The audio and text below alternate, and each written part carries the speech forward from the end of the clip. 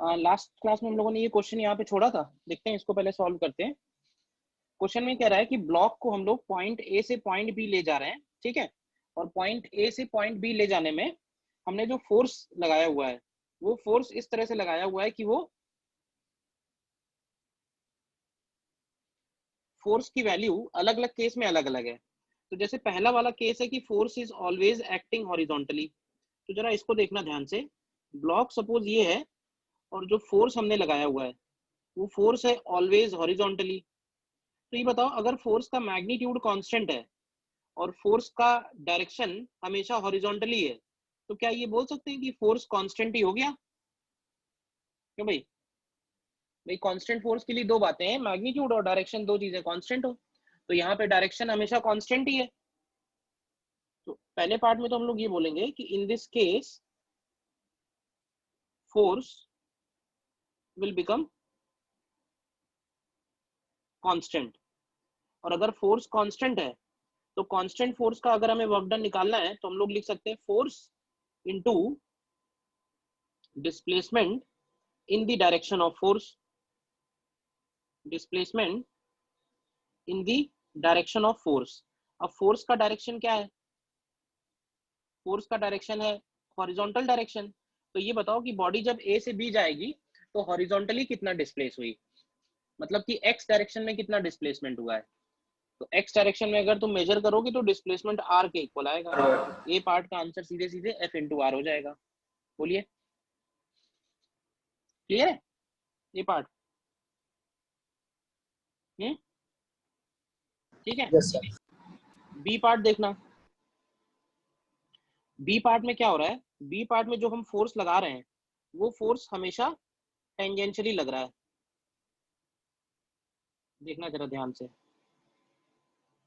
B part में जो हम लोगों ने फोर्स लगाया हुआ है वो फोर्स हमेशा टेंजेंशियली है, इस तरह से। तो ये बताओ, अगर टेंजेंशियली फोर्स लगाया है तो during the motion from A to B force का डायरेक्शन कांस्टेंट होगा या चेंज हो रहा है?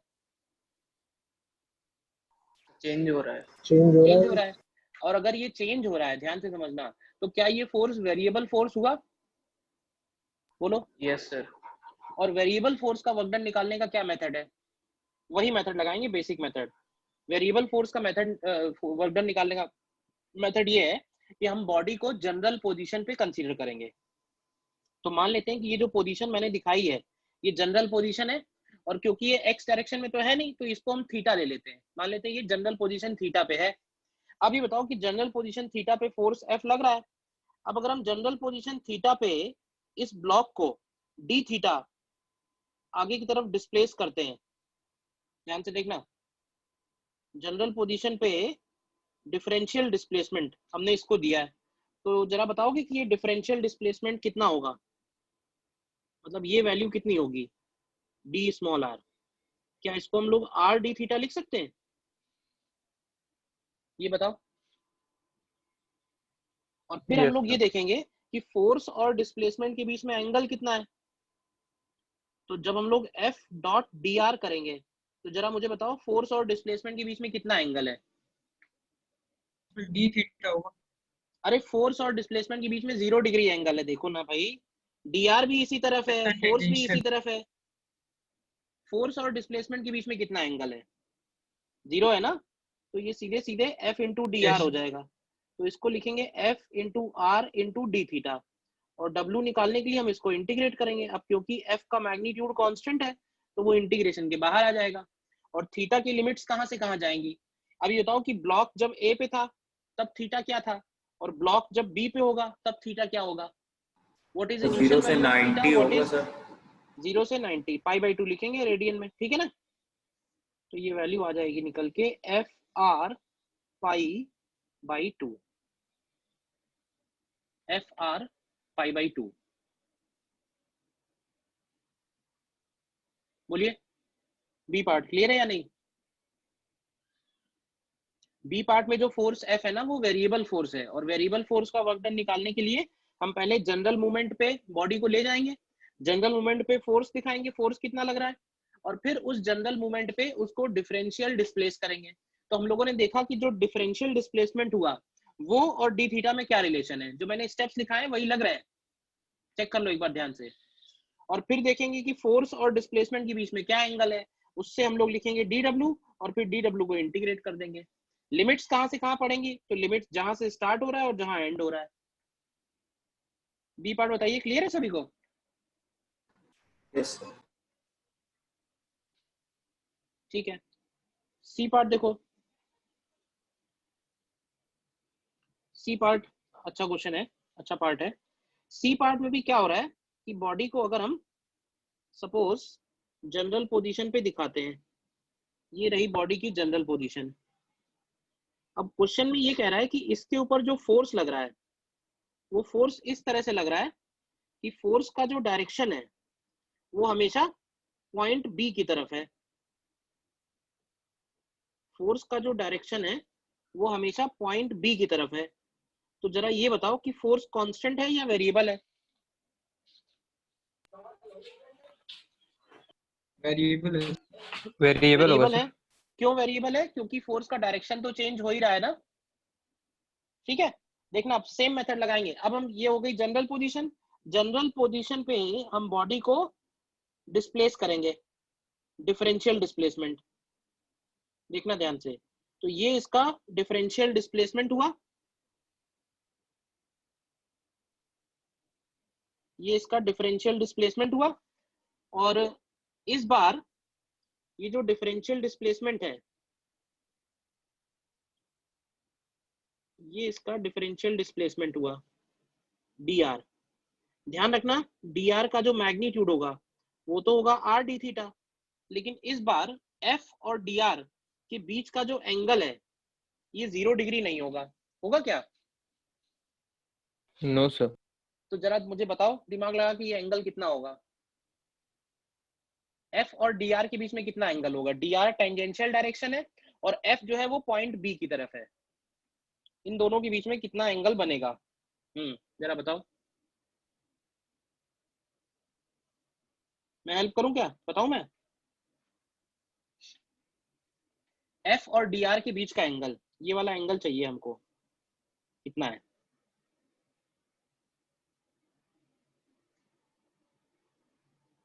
देखो ये साइड और ये साइड इक्वल है, ये बताओ। तो इसका मतलब ये होगा कि ये वाला एंगल, ध्यान से देखना, ये वाला एंगल और ये वाला एंगल भी इक्वल होगा। बताओ अब ये वाला एंगल कितना है? ये वाला एंगल है 90 90 माइनस माइनस थीटा। थीटा। तो अगर हम इन दोनों एंगल को अल्फा अल्फा ले लें तो इसमें से हर एक अल्फा कितना होगा?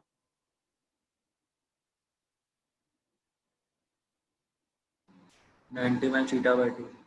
90 plus theta by 2। 90 plus theta by 2 यानी 45 प्लस थीटा बाई 2। बोलो यस Yes, यस इधर सर। वाला एंगल कितना आएगा? ये वाला एंगल जो हमें चाहिए, क्या इधर वाला एंगल 45 माइनस थीटा बाई 2 होगा? यस सर होगा। बताओ पहले यहाँ तक कैसे पहुंचे? 45 Yes, की sir. बजाय उसको 5/4 लिख देते हैं। 5/4 प्लस थीटा बाई 2 बढ़ेगा। यहाँ तक क्लियर है? तो अब हमें यस क्या सर। करना होता है, अब हमें सीधे सीधे वही प्रोसेस लगाना है, डी डब्ल्यू लिखना है। डी डब्ल्यू क्या लिखेंगे? तो डी डब्ल्यू को लिखेंगे एफ डॉट डी आर, और इस बार एफ और डी आर सेम डायरेक्शन में नहीं है, तो F into D R into cos theta, तो ये हो जाएगा cos of 5/4 minus theta by 2। और इसको हम डब्ल्यू निकालने के लिए इंटीग्रेट करेंगे, इंटीग्रेट करने में एफ आर फिर से इंटीग्रेशन के बाहर आ जाएगा अंदर, लेकिन इस बार cos of 5/4 minus theta by 2 और इंटू डी थीटा आएगा। और थीटा की लिमिट्स फिर से कहाँ से कहाँ तक? 0 से लेके 5/2 तक। तो जरा सॉल्व करो इसको, बताओ क्या आता है, वेट कर रहा हूँ मैं। Yes, sir. सॉल्व करोगे तो ये वैल्यू आनी चाहिए एफ इंटू आर रूट 2। ठीक है, बोलो। तो पार्ट बी और पार्ट सी दोनों में ही जो फोर्सेस हैं वो वेरिएबल फोर्स हैं, और वेरिएबल फोर्स के लिए कैलकुलेट करने का तरीका यही है। अब क्या है ना, ये जो पार्ट सी आया निकल के, इसमें अगर तुम ध्यान से सोचो तो क्या कुछ खास बात नजर आ रही है आंसर देख के? जो आंसर आया कैलकुलेट होके, उस आंसर के कैलकुलेट होने के बाद कोई खास बात नजर आ रही है? ये बताओ। खास बात इसमें ये है कि ये जो फोर्स लग रहा है, इस फोर्स का डायरेक्शन हमेशा किसकी तरफ है? स्टार्टिंग से इस फोर्स का डायरेक्शन बी की तरफ है। तो अगर हम सिंपली ये करते कि फोर्स जिस डायरेक्शन में लग रहा है स्टार्टिंग से, और उस डायरेक्शन में कितना डिस्प्लेसमेंट है, यानी कि r√2, तो क्या डायरेक्ट आंसर भी लिख सकते थे? बोलो, कर सकते थे या नहीं? तो Yes, sir. ऐसे फोर्सेस कुछ स्पेशल टाइप के फोर्सेस होते हैं। ऐसे फोर्सेस जिनका डायरेक्शन हमेशा किसी फिक्स्ड पॉइंट की तरफ होता है, ऐसे फोर्सेस को हम लोग बोलते हैं सेंट्रल फोर्सेस। और सेंट्रल फोर्सेस की खास बात ये होती है कि सेंट्रल फोर्सेस का जो वर्क डन है वो पाथ पे डिपेंड नहीं करता है। तो अगर हम पाथ पे डिपेंड नहीं करता है, तो अगर हम इनको सीधे सीधे ले जाते इसी लाइन पे, सीधे सीधे इसी लाइन पे ले जाते, तो भी क्या वर्क डन वही निकल के आता, FR√2। तो इनका जो वर्क डन है वो पाथ इंडिपेंडेंट है। ऐसे फोर्सेस को हम लोग बोलते हैं सेंट्रल फोर्सेस। और पाथ इंडिपेंडेंट होने की वजह से हम किसी भी पाथ के अलोंग अगर वर्क डन निकालें तो सेम आएगा। तो क्यों ना एक ऐसे पाथ के अलोंग निकाला जाए जिसके अलोंग इजी है। तो वो पाथ अगर हम लोग डायरेक्ट ले लें ए से बी, तो डायरेक्टली आ जाएगा आंसर। तो ये एक छोटी सी बात है जो ध्यान रखना, ठीक है ना? आगे इसमें लिख देना, forces which always points towards a fixed point are called central forces। और खास बात क्या है? खास बात ये है कि work done by central forces is independent of path। Work done by central forces is independent of path. ध्यान रहेगा ये दोनों बातें? बताओ, what are central forces and work done by central forces is independent of path. Note कर लिया? देखो, कोई डाउट है बताओ।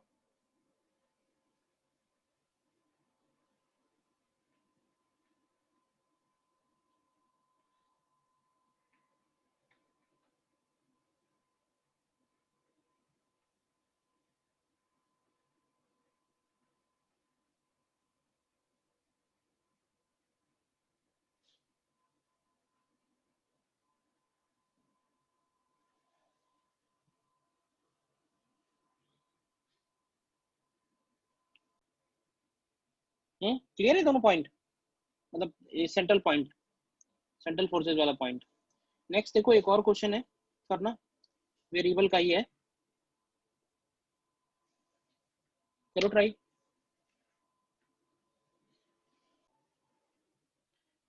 देखो, एक एग्जांपल में भी ध्यान से देखोगे तो क्या वेरिएबल फोर्स है या नहीं है?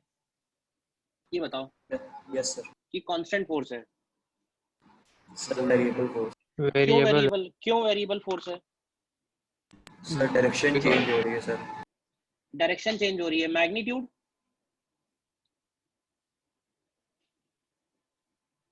मैग्नीट्यूड के बारे में मैग्नीट्यूड भी चेंज होगा सर।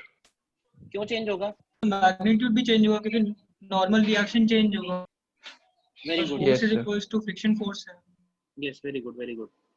तो इस केस में ये जो फोर्स है ये चेंज हो रहा है। स्लोली हॉल्ड अप का मतलब क्या होगा?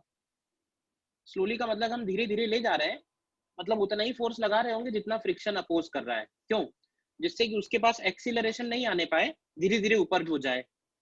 अब देखो, प्रॉब्लम ये है कि हर एक पॉइंट पे हम ऐसे बोले तो हर एक पॉइंट पे ये एंगल थीटा चेंज हो रहा है या नहीं हो रहा है? और अलग अलग थीटा पे फ्रिक्शन भी अलग अलग लगेगा। तो अगर हम इसको थोड़ा सा एक काम ये करें कि इसका एक डिफरेंशियल पोर्शन स्टडी करें, मान लेते हैं कि ये इसका डिफरेंशियल पोर्शन है और ये डिस्प्लेसमेंट है सपोज ds, ये डिस्प्लेसमेंट है ds, ठीक है। और ये वाला एंगल ले लेते हैं सपोज थीटा, ठीक है। तो ये बताओ कि इस ब्लॉक के ऊपर ds डिस्प्लेसमेंट के लिए कितना फोर्स लगाना पड़ रहा होगा। तो फोर्स जो लगाना पड़ रहा होगा वो लगाना पड़ रहा होगा म्यू एन के इक्वल, और n की वैल्यू किसके इक्वल होगी। तो n की वैल्यू अगर देखो तो क्या n की वैल्यू mg cos थीटा के इक्वल होगी।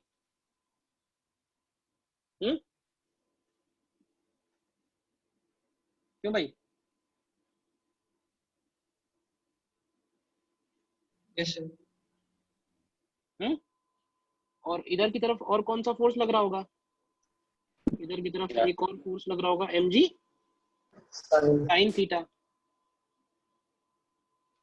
तो यहाँ से n की वैल्यू लिखोगे तो आएगी mg cos थीटा, और फोर्स F की वैल्यू क्या आएगी। तो फोर्स F की वैल्यू आएगी, ध्यान से देखो, mg sin theta and plus mu mg cos theta. बताओ अब अगर उसका डिफरेंशियल डिस्प्लेसमेंट है, ठीक है, म्यू लिख दो, उसमें क्या है, डिफरेंशियल डिस्प्लेसमेंट अगर उसका ds है, तो ये बताओगे कि work done by this force क्या लिख सकते हैं। ये work done by this force को हम F डॉट ds लिखेंगे, बोलो। तो ये इसको लिख Yes, सकते हैं, mg कॉमन ले लेते हैं, तो ये आएगा sine theta into ds plus mu cos theta into ds, ये आएगा।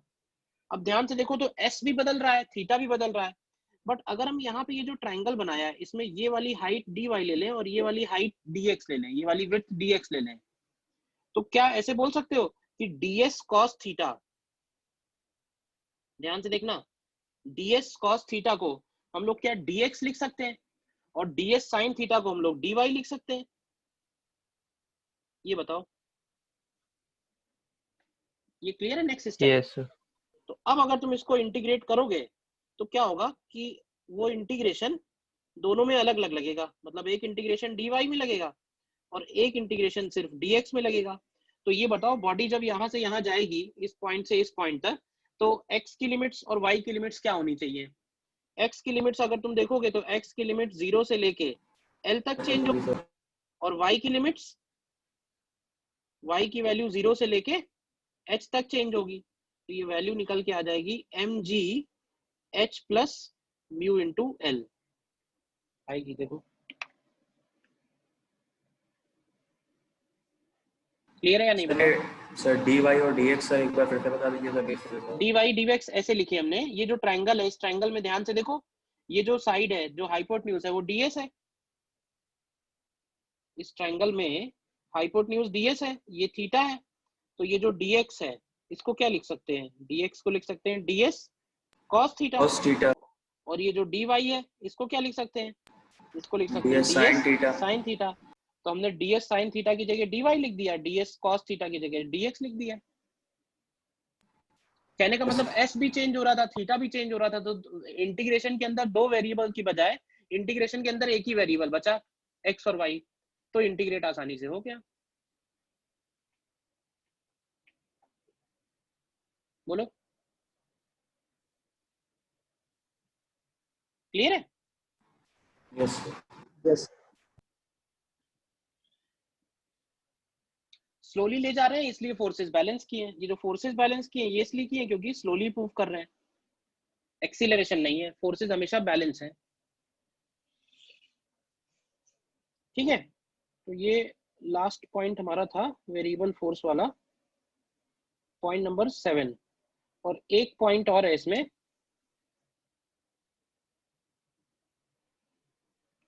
और वो नेक्स्ट पॉइंट के लिए एक छोटा सा हेडिंग है, work done by spring force. क्योंकि है क्या, स्प्रिंग फोर्स भी एक तरह का वेरिएबल फोर्स है, जितना स्प्रिंग में एक्सटेंशन आता है स्प्रिंग फोर्स भी चेंज होता जाता है, इस वजह से स्प्रिंग फोर्स जो है वो एक तरह से वेरिएबल फोर्स वाली कैटेगरी में है। तो सपोज इस पॉइंट पे हमने कुछ फोर्स लगाया हुआ है और इस पॉइंट को हमने सपोज इसकी नेचुरल लेंथ से, ध्यान से देखना, इसकी नेचुरल लेंथ से हमने इसको अगर x डिस्प्लेस किया हुआ है, तो अगर हम इसको x के बाद dx ले जाते हैं तो बताओ कि स्प्रिंग फोर्स किधर लग रहा होगा। अगर x का एक्सटेंशन है तो स्प्रिंग फोर्स किधर होगा? कैसे बोल सकते हैं कि स्प्रिंग फोर्स पीछे की तरफ होगा? बोलो। यस F स्प्रिंग जो होगा वो पीछे की तरफ होगा। तो dx डिस्प्लेसमेंट के लिए work done by spring force क्या लिखेंगे?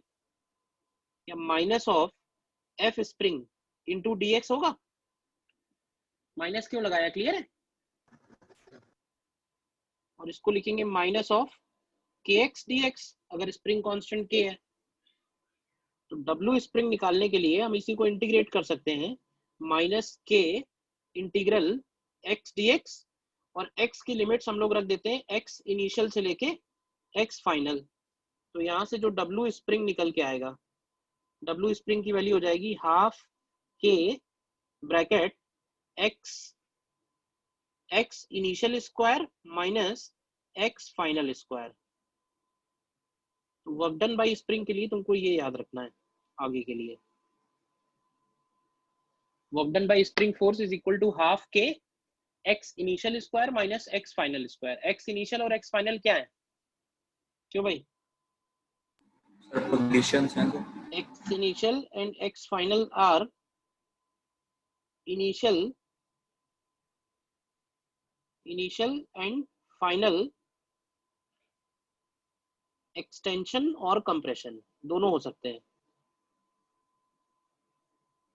क्योंकि स्क्वायर आ रहा है तो स्क्वायर में तो इस बात का फर्क पड़ेगा ही नहीं ना कि कंप्रेशन है कि एक्सटेंशन है।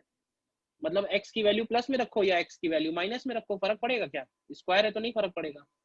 तो हम डायरेक्टली बोल सकते हैं कि x initial x final are initial final compression और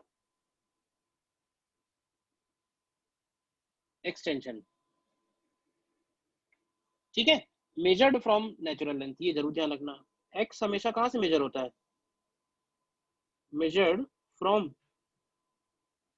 नेचुरल लेंथ, ये जरूर ध्यान रखना, ये मत भूलना।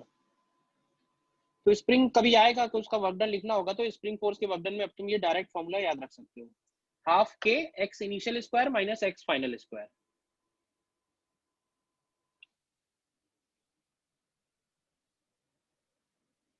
बताइए, क्लियर है? तो ये पूरी की पूरी एनालिसिस थी। और एक पॉइंट और चाहो तो लिख लो, एक और छोटा सा पॉइंट है हालांकि।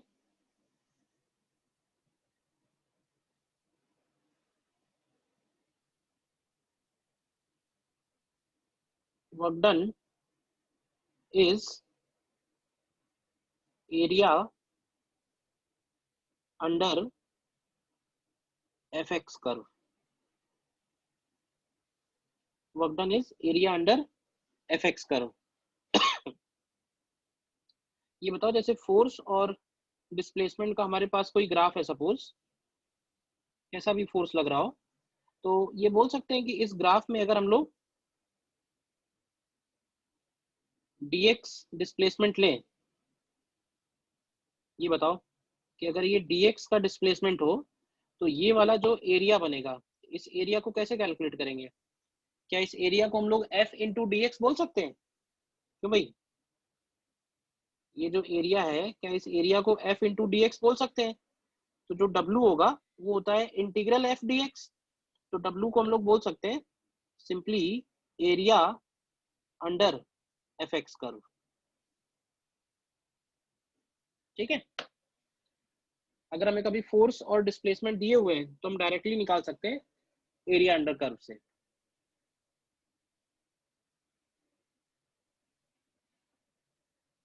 ठीक है।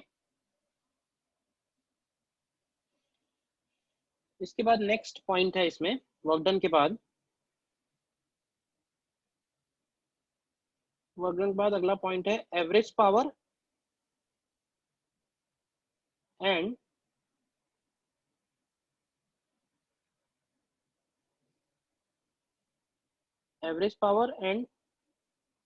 Instantaneous power. पावर क्या होता है? What is power? क्यों भाई, पावर और वर्क डन में क्या फर्क है? Sir, rate of doing work is power. Yes, rate of doing work is power. तो पावर का क्या काम है, मतलब कहाँ पे यूज आएगा पावर का?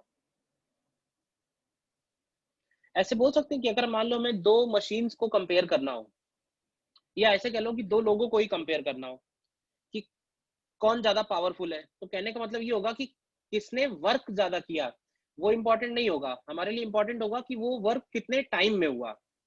जो मशीन कम टाइम में ज्यादा वर्क कर रही है वो ज्यादा पावरफुल होगी ना, एज कंपेयर टू जो दूसरी मशीन ज्यादा टाइम में ज्यादा वर्क कर रही है। तो अपॉन टाइम अगर हम लोग कर दें वर्क डन में तो इट बिकम्स पावर।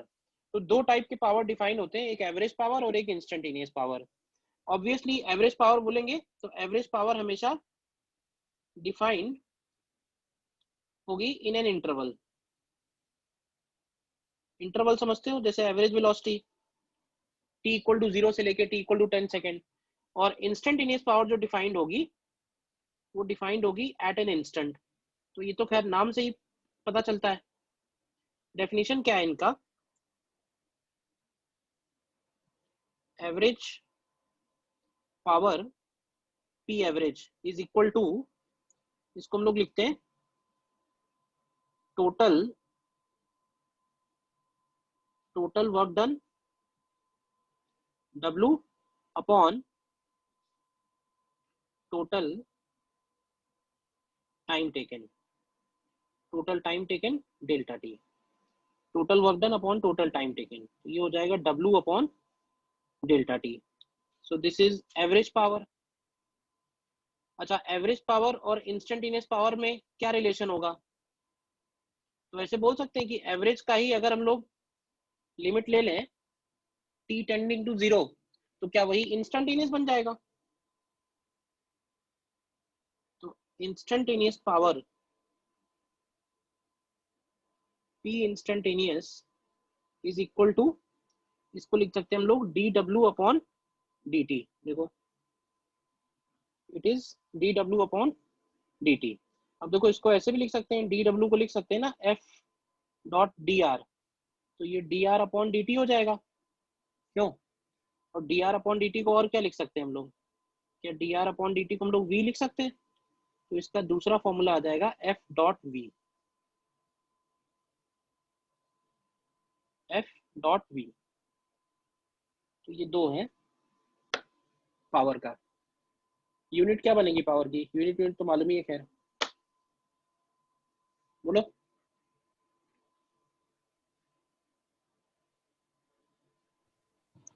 अरे सर, वॉट और न्यूटन मीटर पर सेकंड। ठीक है, एक यूनिट इसका होता है हॉर्स पावर, वो भी मालूम है? Yes, sir. यस सर, उसको कन्वर्जन वॉट सही sir. 1 horse power is 746. 746 what. 746 वाट। ठीक ठीक है, चलो क्वेश्चन दे रहे हैं इस पे सीधे।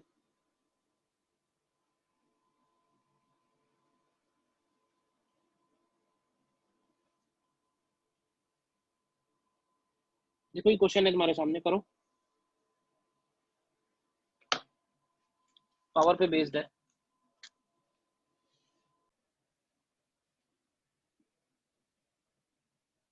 देखो body is projected at an angle theta with horizontal with initial velocity. तो ये प्रोजेक्टाइल मोशन ही हुआ एक तरह से, ठीक है। और प्रोजेक्टाइल मोशन में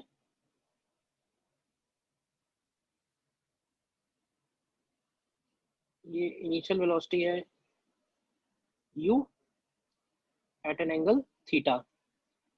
तो पॉइंट O से चला है और फाइनली A पे लैंड किया है। तो मीन पावर का मतलब होगा कि टोटल, मीन पावर मतलब average power, and by gravity during the whole time. तो WmG की वैल्यू 0 आएगी फॉर कंप्लीट मोशन। क्यों? सर क्योंकि सर जितना प्लेसमेंट हाफ साइकिल के लिए होगा ऊपर की तरफ अपोजिट जितना हाफ डायरेक्शन में, साइकिल के उतनी लिए ऊपर हुआ ऑनवर्ड उतना ही जर्नी नीचे होगा। हुआ। तो पॉजिटिव। ऐसे बोल सकते हैं कि O से लेके A तक में net displacement in vertical direction is 0, ठीक है ना। तो इसलिए एवरेज पावर की वैल्यू 0 ही आएगी। अच्छा, इंस्टेंटेनियस पावर अगर हमें निकालनी है तो हमें फोर्स डॉट वेलोसिटी कर सकते हैं। तो देखो किसी भी टाइम पे, अब देखना, बीच में किसी भी टाइम पे पार्टिकल की वेलोसिटी और पार्टिकल के ऊपर लगने वाला mg, इनका हमें डॉट प्रोडक्ट चाहिए f डॉट v। तो देखो mg को हम लोग अगर वेक्टर में लिखें तो इसको ऐसे लिख सकते हैं mg माइनस j कैप, और वेलोसिटी याद है कैसे लिखते हैं वेक्टर फॉर्म में।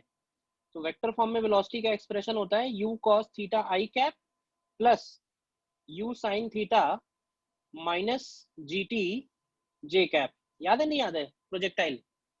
तो इंस्टेंटेनियस पावर अगर लिखना है हमें तो इंस्टेंटेनियस पावर की वैल्यू हो जाएगी सीधे सीधे f डॉट v। तो अगर डॉट प्रोडक्ट लेंगे तो ये हो जाएगा mg bracket gt minus u sin theta. तो दूसरा आंसर ये हो जाएगा। कर लिया, बताइए।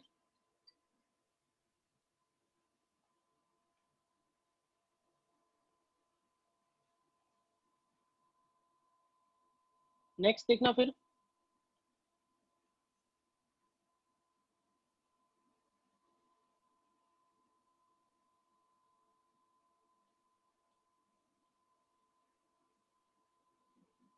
नेक्स्ट देखो,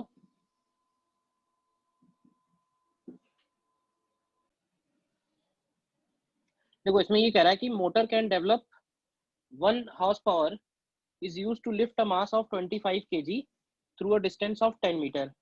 What is the minimum time in which it can be done? तो ये बताओ कि टोटल वर्क डन कितना होना है। क्यों भाई, टोटल वर्क डन रिक्वायर्ड। तो टोटल वर्क डन रिक्वायर्ड का मतलब हो जाएगा mg का मास है, mg मास है और उसको हमें कितनी हाइट तक उठाना है, h हाइट तक उठाना है। तो यहाँ से ये आ जाएगा 2500 जूल। और पावर कितना है, पावर है 1 हॉर्स पावर। 1 हॉर्स पावर को हम लोग लिख देंगे सीधे सीधे 746 वॉट। और पावर को हम लोग लिख सकते हैं वर्क डन अपॉन टाइम। तो यहाँ से टाइम की वैल्यू 2500 डिवाइडेड बाई 746, यानी टाइम कितना निकल के आ रहा है 3.35 सेकेंड्स। कर लिया ना सभी ने।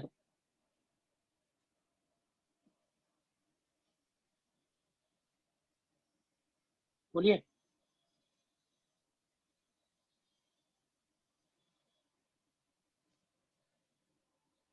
और देखो नेक्स्ट। सर सर सर बोलिए बोलिए बोलिए। सर ऊपर वाले क्वेश्चन में सर थोड़ा लास्ट वाला पॉइंट सर एक बार बता दीजिए। क्या ऊपर वाले में पॉइंट सर, में क्या डाउट है? उसमें हमने वेलोसिटी निकाली है और फोर्स के साथ सर डॉट उसमें जो प्रोडक्ट आपने लिया है। हाँ सर वो थोड़ा सर जो वेलोसिटी जैसे थोड़ा निकालिए। ये वेलोसिटी प्रोजेक्टाइल से लिखी है, पन्ने पलट के देख लो बेटा एक बार। ये लाइन प्रोजेक्टाइल मोशन से लिखी गई है, वहां एक जगह नहीं 10 जगह यूज हुई थी। अच्छा ये सर जो आपने माइनस जे डायरेक्शन मतलब नीचे आ रहा है तो हाँ ये F is equal to m g. ठीक ठीक है सर, ठीक।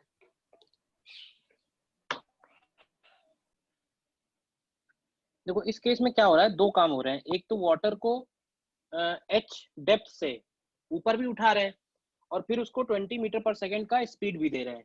और ये जो 1000 दिया हुआ है ये पर मिनट दिया हुआ है। तो अगर हम पर सेकंड निकालें तो पर सेकंड को हम लोग लिख सकते हैं dm बाई dt। तो पर सेकंड का मतलब हो जाएगा 1000 kg अपॉन 60 कर दो, तो ये कितना आएगा 50/3 किलोग्राम पर सेकंड। बोलो तो वर्क डन की वैल्यू क्या आएगी? Work done required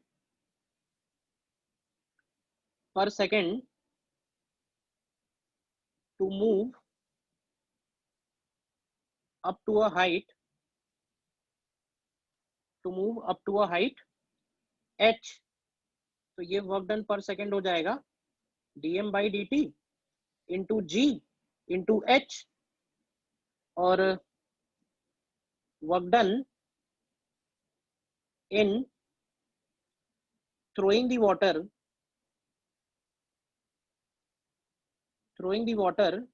at velocity v। तो वेलोसिटी v में कितना वर्क डन होगा, तो ये होता है हाफ एम वी स्क्वायर। तो m की जगह हम लोग dm बाई dt लिख देते हैं, half dm by dt into v squared. तो टोटल पावर रिक्वायर्ड क्या हो जाएगी, तो दोनों ऐड हो जाएंगे, तो dm by dt into g into h plus half dm by dt into v squared. रख दो कितना आएगा, तो dm बाई dt की जगह हो जाएगा 50/3, तो 50/3 into 10 into 12 plus half 50/3 into v squared यानी 20 स्क्वायर। तो ये ऐड करोगे दोनों, तो ये 5333.33 वॉट आएगा। आ रहा है तो भाई? Yes sir. बताओ कहीं डाउट है तो भाई। 1000 kg पर सर ये मिनट एक है ना, प्रकार से और क्या? पर सेकंड करेंगे तो 50/3 हो जाएगा। तो सर जैसे ऊपर पूछा है वर्क इज डन पर मिनट, तो उस तरह निकाल लेंगे सर। ऊपर ये पूछा है ना how much work is done पर minute in lifting the water. हाँ तो पर मिनट के लिए मल्टीप्लाई कर दो इसमें। हाँ तो सर उतना ही आ रहा है जितना हम बता रहे थे। सर 1,20,000 आ रहा है। ठीक है ठीक है ठीक है ठीक है, फिर सही है। मैंने पर सेकंड वाला आंसर कंपेयर कर लिया था। वर्क डन रिक्वायर्ड पर मिनट पूछा है, तो ठीक है कोई बात नहीं, पर मिनट कैलकुलेट कर दो, सही बात है। तो 5333 इंटू 60 कर दो, ठीक है जो भी आ रहा होगा।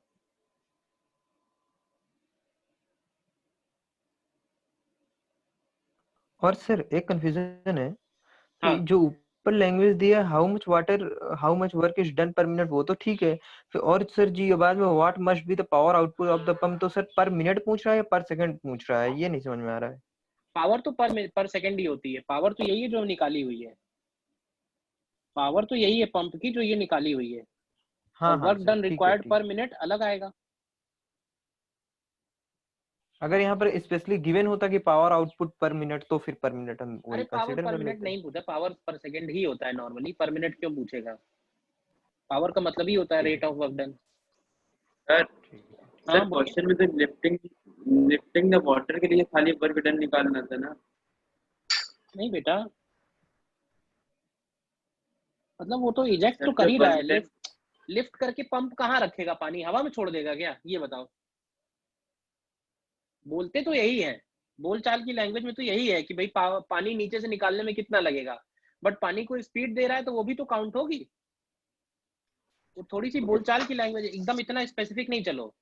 बोलेंगे तो यही कि पंप नीचे से पानी उठा के ऊपर फेंक रहा है, बट फेंकने में जो स्पीड लग रही है वो भी तो काउंट होगी। ठीक है। और देखो एक और क्वेश्चन करो इसमें।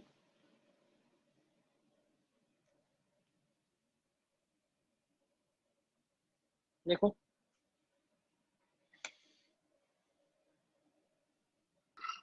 -md देख लो, इसको बता रहा हूँ। देखो, small body of mass m is located on a horizontal plane at point O। ठीक है, ये पॉइंट O हो गया, ये बॉडी हो गया मास m। ठीक है, ये पॉइंट हो गया t equal to 0। The body acquires a horizontal velocity u, इसको हम इनिशियली वेलोसिटी u दे देते हैं। फिर हमें बताना the mean power developed by friction force during the whole time of motion if the friction coefficient is k।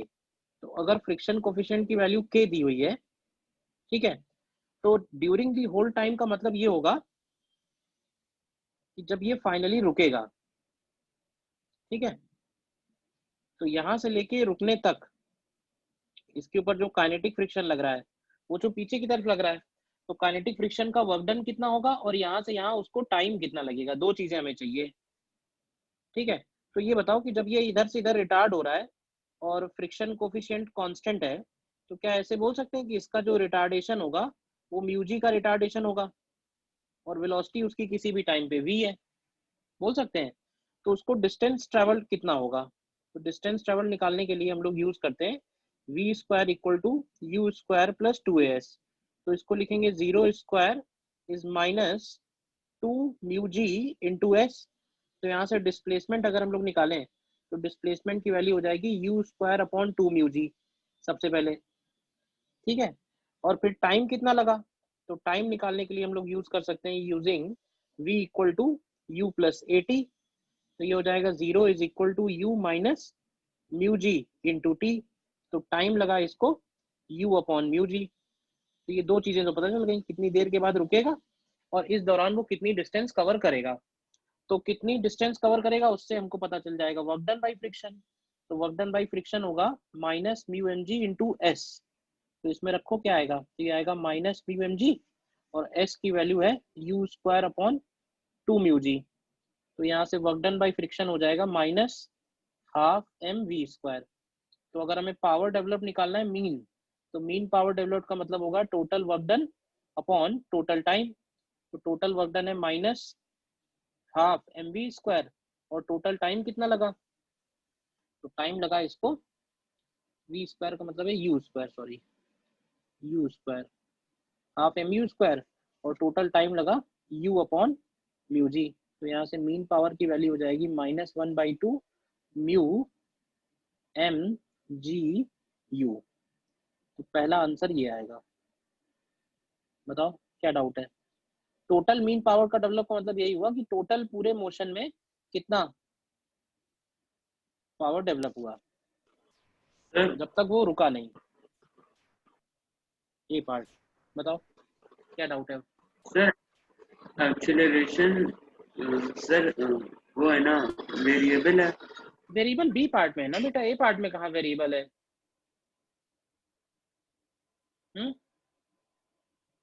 B part में है ना वेरिएबल, ए में कहाँ दिया है वेरिएबल। ए पार्ट सॉल्व किया मैंने अभी फिलहाल।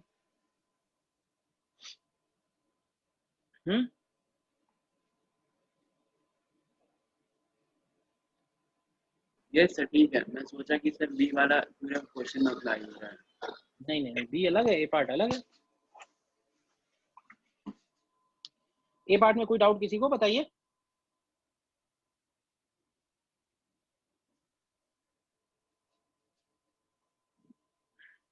ए में कोई डाउट नहीं ना।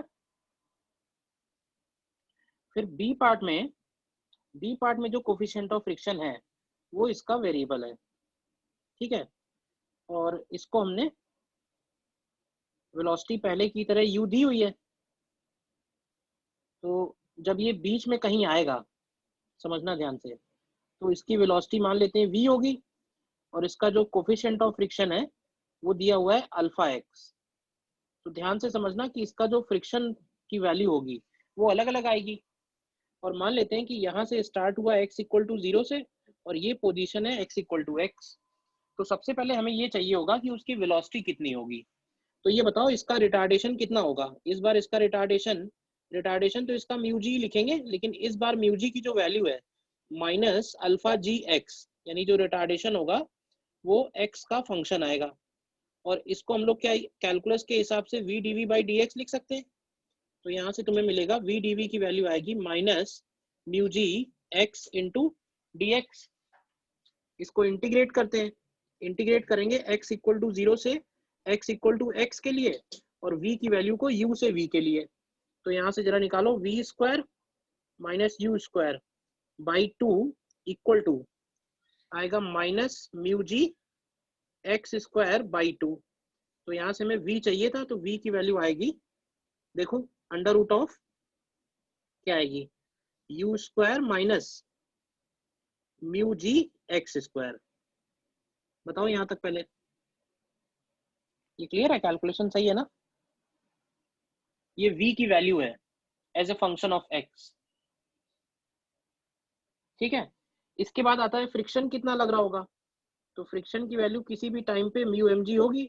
हाँ, म्यू की वैल्यू चेंज हो रही है। सर वहाँ पे अल्फा होना चाहिए सर, जहाँ आपने म्यू लिख दिया है वहाँ अल्फा होना चाहिए, करेक्ट। इसको अल्फा कर दो सब जगह।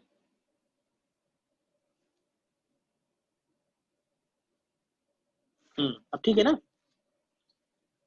एफ के की वैल्यू म्यू एम जी लिखेंगे, म्यू एम जी की वैल्यू हो जाएगी अल्फा एम जी और इंटू एक्स, ये एफ के हो गया। तो इंस्टेंटेनियस पावर कितना आएगा, इंस्टेंटेनियस पावर की वैल्यू बनेगी माइनस ऑफ एफ के इंटू वी, ये होगा minus alpha m g into x और इंटू वी, वी की वैल्यू क्या है, तो वी की वैल्यू है u squared minus alpha g x squared. अब क्या है, ये जो फंक्शन तुम्हें मिला है पी इंस्टेंटेनियस का, इस फंक्शन को हमें एक्स के रिस्पेक्ट में मैक्सिमाइज करना है। तो क्या कर सकते हैं एक्स के रिस्पेक्ट में मैक्सिमाइज करने के लिए, तो एक काम करना, पहले एक्स को अंदर ले जाओ, बाहर और अंदर दोनों जगह होगा तो डिफिकल्ट होगा, एक ही जगह रहेगा तो सही रहेगा। अंदर ले जाओगे तो ये बनेगा u squared x squared minus alpha g x power 4, और अगर हम इसको y लेट कर लें तो y की वैल्यू क्या हो जाएगी, तो y की वैल्यू आएगी u squared x squared minus alpha g x power 4। तो इसको मैक्सिमाइज करने के लिए हम लोग d y upon d x की वैल्यू 0 कर सकते हैं। तो क्या आएगा, ये आएगा 2 u squared x minus 4 alpha g x cube equal to 0। तो यहाँ से एक्स स्क्वायर की वैल्यू क्या आएगी, यू स्क्वायर अपॉन 2 अल्फा जी, देखो, और ये एक्स स्क्वायर उठा के तुम यहाँ रख देना, तो यहाँ से आ जाएगा हेंस पी इंस्टेंटेनियस मैक्सिमम कितना आएगा, तो minus alpha mu g into under root of, देखना ध्यान से, यू स्क्वायर एक्स स्क्वायर, तो एक्स स्क्वायर की जगह है u squared upon 2 alpha g and minus alpha g x power 4, ये हो जाएगा u power 4 upon 4 alpha squared g squared. तो देख लो फाइनली क्या आएगा सॉल्व करके, फाइनली देख लो सॉल्व करके क्या आएगा। मेरे पास जो आंसर है उसके हिसाब से आना चाहिए minus half m u squared और अंडर रूट के जी। अंदर अल्फा जी आया ये, yes sir. T instantaneous maximum.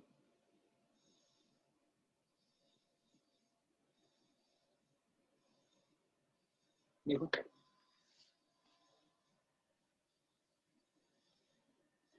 इतना पार्ट अलग है, मैक्सिमम निकाला है।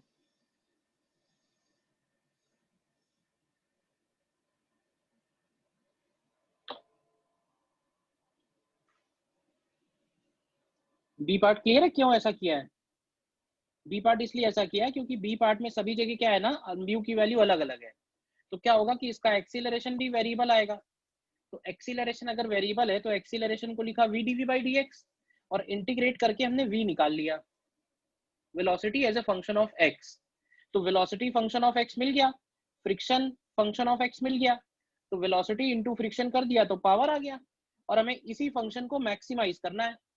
तो इसको मैक्सिमाइज करने के लिए हमने x को अंदर ले गए, तो केवल एक ही जगह बचा, एक ही जगह बचा तो उसको y लेके डिफरेंशिएट करके x की वो वैल्यू निकाल ली जिसके लिए मैक्सिमम बनेगा, वापस से वही x की वैल्यू इसी में रख दी।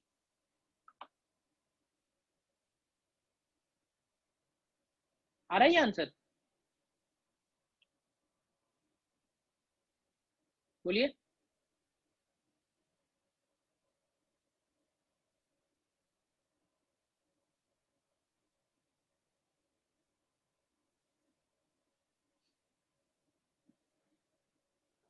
क्लियर है, बताओ कहाँ डाउट है।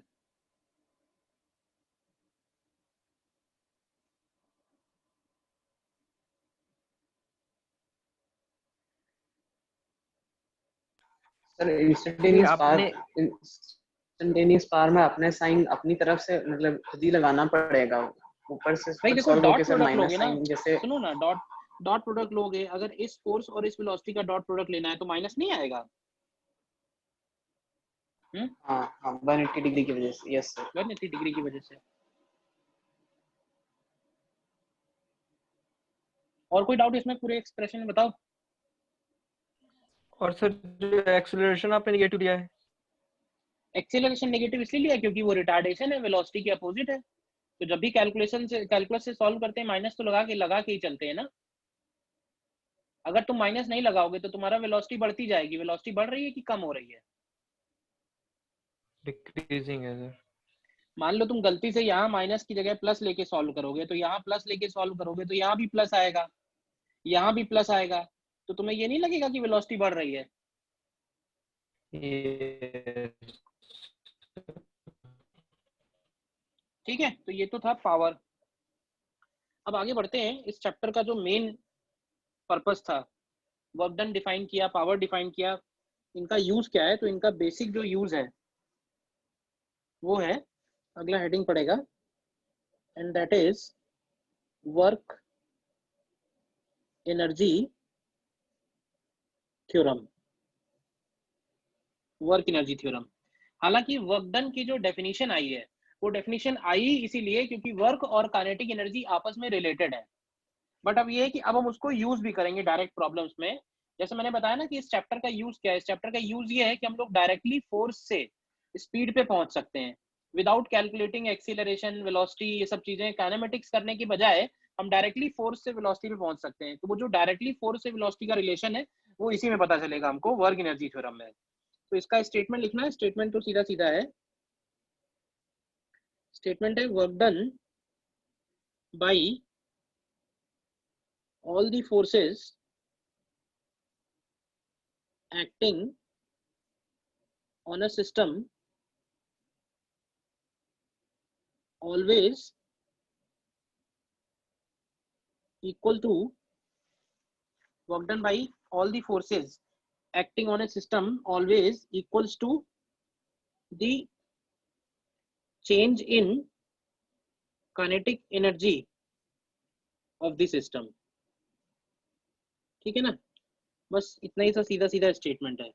Work done by all the forces acting on a system always equals to change in kinetic energy of the system. Mathematically अगर लिखे तो it is simply W net is equal to delta K E. और physics में जब भी change बोलते हैं तो चेंज का मतलब होता है फाइनल माइनस इनिशियल, तो W net is equal to delta K E. ये वर्क एनर्जी थ्योरम का स्टेटमेंट है। इसकी हेल्प से हम लोग ये बोल सकते हैं कि अगर हम लोग वर्क डन कैलकुलेट कर पाए, जितने भी फोर्सेस लग रहे हैं, तो उन सभी वर्क डन का जो सम होगा वो चेंज इन काइनेटिक एनर्जी के बराबर होगा। यानी कि अगर हमें इनिशियल काइनेटिक एनर्जी बॉडी की मालूम है तो फाइनल काइनेटिक एनर्जी हम लोग निकाल पाएंगे। ठीक है ना। और जो इससे रिलेटेड इंपॉर्टेंट पॉइंट है वो और नोट कर लो इसमें। फर्स्ट पॉइंट में तो यही लिखेंगे, this theorem is applicable,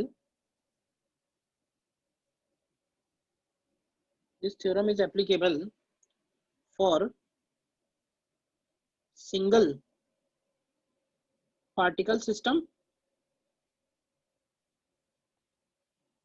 as well as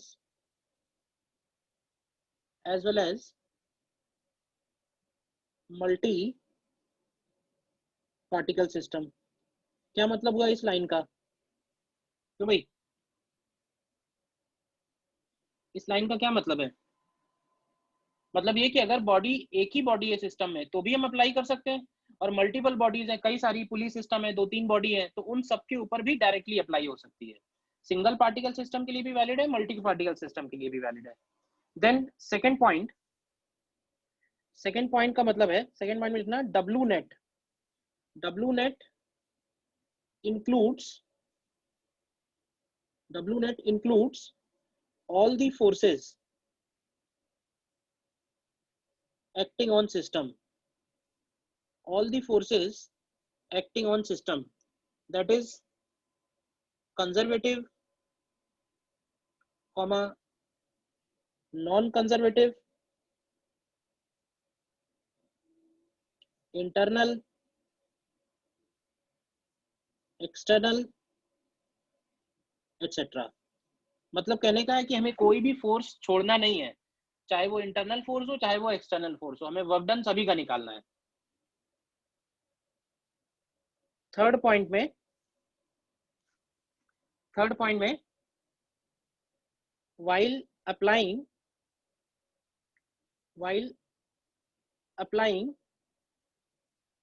WE theorem on complete system, while applying WE theorem on complete system, we can ignore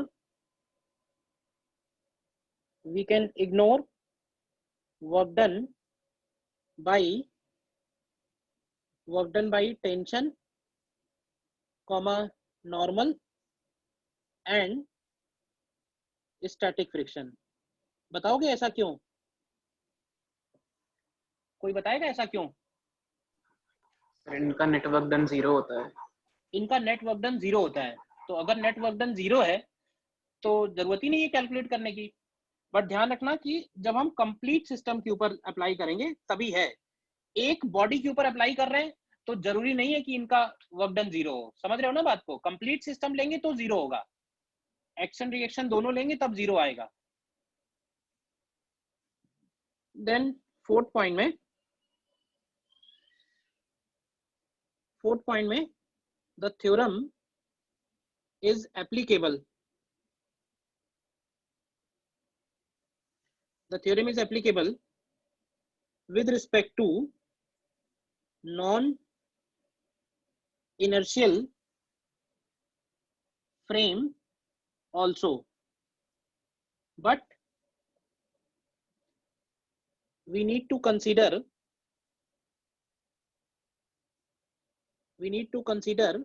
work done by pseudo forces also। मतलब हम इस theorem को inertial से लगा सकते हैं कि नॉन इनर्शियल से? तो हम लोग बोलेंगे कि नॉन इनर्शियल से भी अप्लाई कर सकते हैं, लेकिन हमें work done by pseudo forces भी कैलकुलेट करना होगा अगर हम नॉन इनर्शियल से अप्लाई कर रहे हैं तो।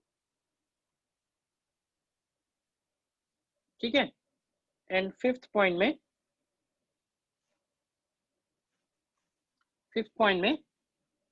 सर वो इंटरनल फोर्सेस की इंक्लूडेड है। इंटरनल फोर्सेस सिस्टम का एनर्जी चेंज कर सकते हैं ना, इंटरनल फोर्सेस सिस्टम का एनर्जी चेंज कर सकते हैं। इस वजह से इंटरनल फोर्सेस सिस्टम का एक्सेलरेशन नहीं ला सकते हैं, बट इंटरनल फोर्सेस सिस्टम का एनर्जी चेंज कर सकते हैं। जैसे मान लो कि बॉम्ब है, बॉम्ब एक्सप्लोड हो गया, पहले रेस्ट पे रखा था और बाद में एक्सप्लोड हो गया, तो काइनेटिक एनर्जी में चेंज हुआ या नहीं हुआ? ये बताओ। तो काइनेटिक एनर्जी में चेंज के लिए कौन रिस्पॉन्सिबल है? बाहर से तो किसी ने फोर्स लगाया नहीं है, तो इंटरनल फोर्सेस रिस्पॉन्सिबल हैं। तो इंटरनल फोर्सेस वर्क डन कर सकते हैं, वर्क डन करके वो सिस्टम का काइनेटिक एनर्जी चेंज कर सकते हैं, इसलिए इंटरनल फोर्सेस भी लेंगे। ठीक है। फिफ्थ पॉइंट में अगर नेट फोर्सेस की बात करेंगे तो ये बताओ, नेट फोर्सेस के केस में जैसे हम लोग लिखते हैं power is equal to dw upon dt, तो क्या इसको dk अपॉन dt भी लिख सकते हैं? ये बताओ, k का मतलब क्या है यहाँ पे?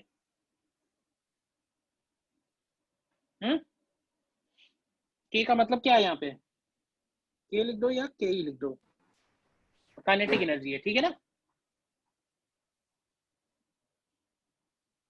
तो बाय समझ लो कि इस चैप्टर को हमने वर्क डन डिफाइन किया, इतना सब कुछ जो तैयारी की है अभी तक, वो तैयारी इसी दिन के लिए की है कि अब हम उसको वर्क एनर्जी थ्योरम में अप्लाई कर पाएंगे। और वर्क एनर्जी थ्योरम अप्लाई करते समय हमें सारे फोर्सेस के वर्क डन को निकालना आना चाहिए। तो वर्क डन निकालने का मेथड तुम लोग पहले ही देख चुके हैं, और फिर देखेंगे कि हाँ इस चैप्टर का बेसिक यूज क्या है, डायरेक्टली हम कैसे आंसर पे पहुंच सकते हैं। कई सारी सिचुएशन ऐसी आएंगी। ठीक है, देखो जरा, दे एग्जांपल, देखो अपने आप कर सकते हो तुम।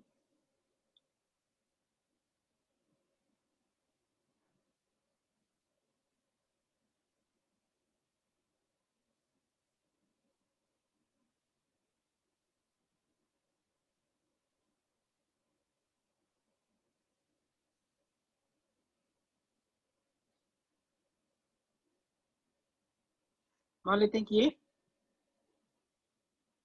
2 kg का एक ब्लॉक है और इधर ये स्ट्रिंग से पुली से कनेक्टेड है, और जो पुली है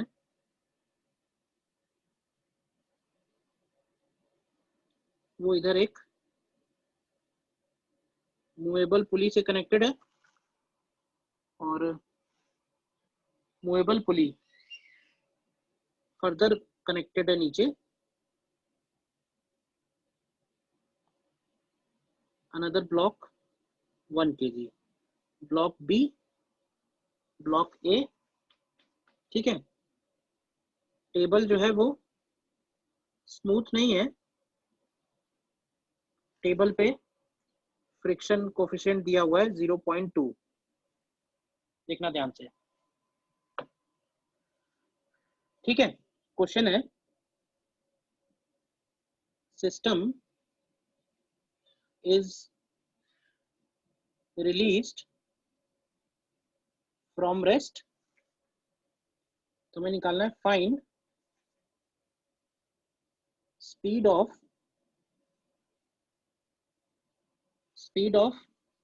block A when block B has descended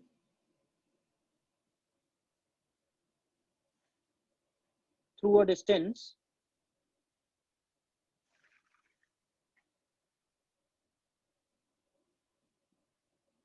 (10 centimeter). System is released from rest. Find speed of block A when block B has descended through a distance 10 centimeter. ठीक है, चलो इसको तुम ट्राई करना, और आगे और भी एप्लीकेशंस करेंगे तो नेक्स्ट क्लास में करेंगे इसको।